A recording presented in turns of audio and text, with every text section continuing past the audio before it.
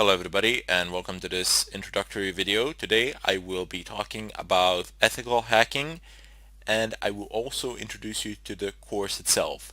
So first off, you might have noticed that the term ethical hacking is composed out of two words. You have ethical and you have hacking. Now hacking, uh, the definition of hacking is quite broad. I mean, it encompasses a very wide range of activities. However, if you actually go to any of the online dictionaries pretty much, and if you type in the term hacking, generally it will say that it has something to do with computers.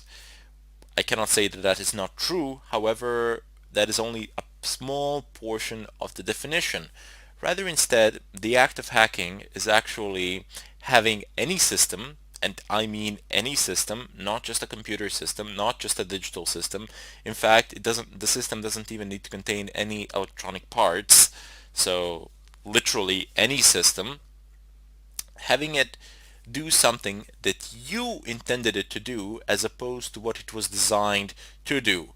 Now here is one short example that has been cited over and over again. You have a lock, basically. You have a door lock in your house. Everybody has one. Well, I sincerely hope that you have one. And the purpose of that lock is to prevent intruders from entering. So anybody who does not have a key cannot enter. People enter without a key anyway because they pick the lock and then they enter, and that itself could be considered an act of hacking, also an act of burglary, but that's another subject. Anyway, the ethical side of it would be when you have these large automobile industry uh, manufacturers, and then they hire these burglars to come and pen test their locks. So basically, they pay them very good sums of money to go to their factories and to try to unlock their cars. Uh, this doesn't need to apply only to locks for cars. It can also apply for your door locks. Manufacturers of pretty much all sorts of locks, they hire people to actually try and pick lock them, and then if they succeed doing it, and if they succeed, they pay them a very good sum of money. I do believe that prices for one car manufacturer, they went up to 1 million euros if you manage to break their locks. But what I'm trying to say here is that they have the ethical side of it would be when you have a permission to do it, when it's within the constraints of the law.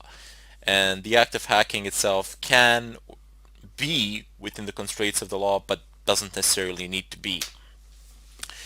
Anyway, we will not be focusing on those types of locks today, or during this course. During this course, I will teach you how to penetrate networks, how to exploit systems, how to break into computers, how to compromise routers, etc.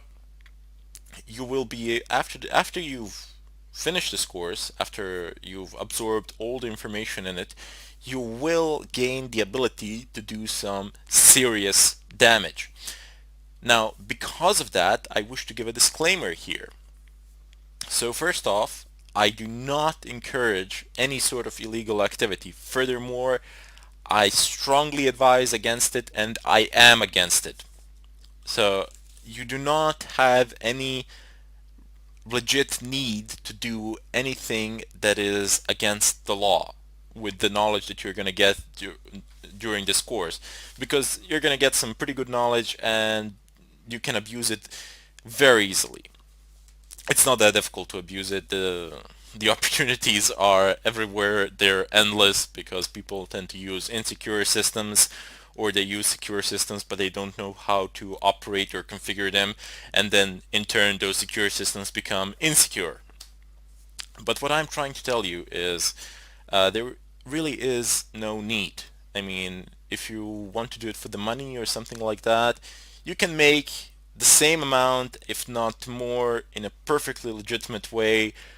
People will pay you to actually test their networks and to see if you can find any vulnerabilities in them and then report them, perhaps even fix them. So, however, if you do decide to do something against the law uh, in any country, I am not responsible for it. That is what I want to say. I do not claim responsibility for it, as I have already stated that I am doing this for purely for educational purposes, and I do not advocate the use of this material for any sort of illegal purpose. Now, I hope you understand why I had to make this disclaimer, and I this is not what I said. These are not just empty words. I really do stand by it, and that is my philosophy as well. In any case, during this course, I will show you numerous examples, methods. You will need some prerequisites over which I will go in the next tutorial. But you're in for a ride, so sit down, be patient. That is a very important thing in this line of work. Patience, because everybody has, everybody out there, if you are looking at this tutorial now, if you've typed in the term ethical hacking, I'm guessing that you've seen I'm guessing at some point of time in your lives, like myself, you have seen a movie that involves some sort of hacking with computers, and you see this terminal and you just see them typing in something there, and it just basically works. It works within 5 minutes or something like that. Let me tell you something. That has nothing to do with the real world, or very little to do with the real world. In the real world, people spend countless sleepless nights trying to do something, trying to obtain access, trying to bypass a password protected file or something of a kind in a server, trying to escalate privileges, trying to inject in a SQL injection or something of a kind.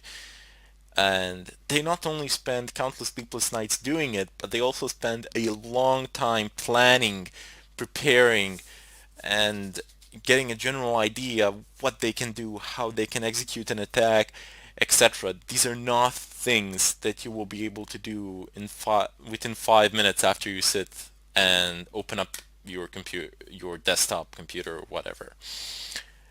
You will need time, you will need patience, but above all, you will need to be curious. Curiosity is one of the first steps here, and obviously, since you've actually chosen to listen to this tutorial, to go through it, you do possess it already. You just need to build on it a little bit more, and you'll be where you want to be.